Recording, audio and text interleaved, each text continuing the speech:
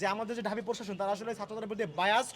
এই উদ্যানে ছিনতাই ঘটনা ঘটেছে, সেই ঘটনার সুষ্ঠু বিচার এবং হচ্ছে যেই ক্রাইমের রিপিটেশন ঘটতেছে এই একটা ঘটনা, এবং হচ্ছে যার প্রেক্ষিতে আমাদের একজন প্রতিনিধি আমরা দেখতে পেয়েছি আইন নির্ধারিত তুলনায় যে ঘটনাটা ঘটেছে, এই সমস্ত ঘটনার পিছনে আসলে আমাদের যে প্রশাসন তাদের যে বায়াসনেস ছাত্রদলের প্রতি সেইটা প্রতিবাদ জানাতে এবং এই ঘটনায় তাদের যে অবস্থান সেটা স্পষ্ট করার দাবি আমরা জানিয়েছি।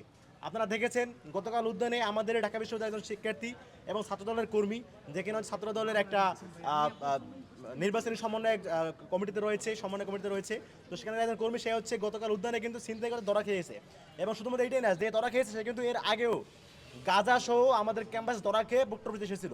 কিন্তু আমরা দেখতে পেয়েছি অত্যন্ত দুঃখের সাথে যে ওই সময়ে তার বিরুদ্ধে তেমন কোনো ব্যবস্থা না নিয়ে উল্টো হচ্ছে ছাত্রদলের যিনি ডাবি সেক্রেটারি তার ছোট ভাইয়ের সুপারিশে তাকে ছেড়ে দেওয়া হয়েছে।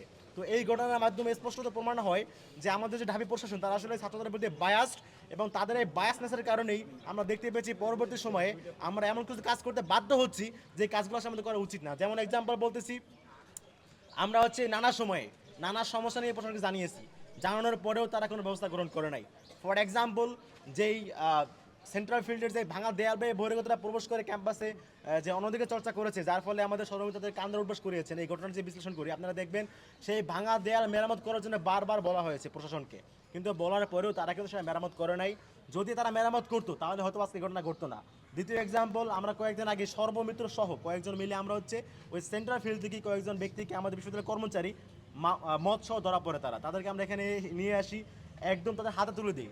হাতে তুলে দেওয়ার পরেও তারা তাদের বিরুদ্ধে কোনো দৃষ্টান্তমূলক ব্যবস্থা নেয় নাই। এই যে বিষয়গুলো ঘটতেছে আমরা বারবার বলার পরেও প্রশাসন ব্যবস্থা নিচ্ছে না, বরঞ্চ তারা ব্যবস্থা না নেওয়ার মাধ্যমে আমাদেরকে যে টাইপ বাধ্য হচ্ছে আমরা এগুলো কাজগুলো করার জন্য, এগুলোর পেছনে অবশ্যই আমাদের প্রশাসনের দায়বদ্ধতা আছে। আমরা সেই তাদের যে বায়াসনেস, সেই বায়াসনেস সর্বাসকে উন্মোচন করেছি।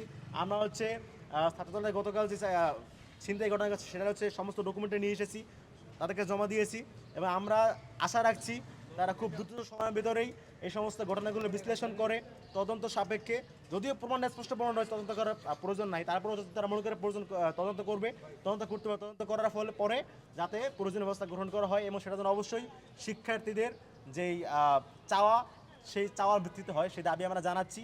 এবং আজকে এখান থেকে ঘোষণা দিচ্ছি আমরা হচ্ছে শুধুমাত্র দাবি জানানোর মধ্যে সেই মধ্যে থাকবো না, আমরা হচ্ছে আগামী 24 ঘন্টা পরে আবার এখানে আসবো আপডেট নেওয়ার জন্য তারা আসলে আমাদের এই অভিযোগের প্রেক্ষিতে কী ব্যবস্থা নিয়েছে, এবং তারা যে ক্রমাগত তাদের কর্মকাণ্ডের মাধ্যমে ছাত্র দলের প্রতি যে বায়াসনেস প্রদর্শন করছে এই প্রদর্শন কবে বন্ধ হবে সেটা জানার জন্য 24 ঘন্টা পরে আমরা আবারও এখানে আসবো।